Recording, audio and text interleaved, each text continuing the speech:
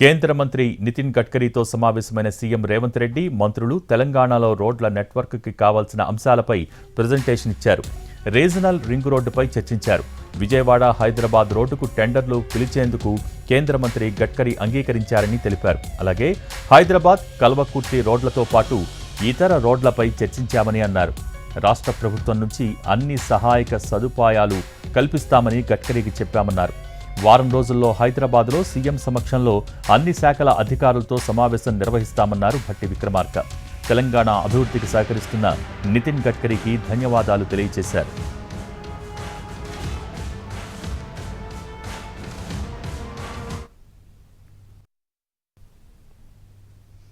ఎక్కడెక్కడ ఏ రోడ్లు పెండింగ్ ఉన్నా వాటికి కావాల్సిన శాంక్షన్స్ నిధులతో సహా ఇవ్వాలని చెప్పి ప్రాపర్గా ప్రజెంటేషన్ ఇవ్వడం జరిగింది.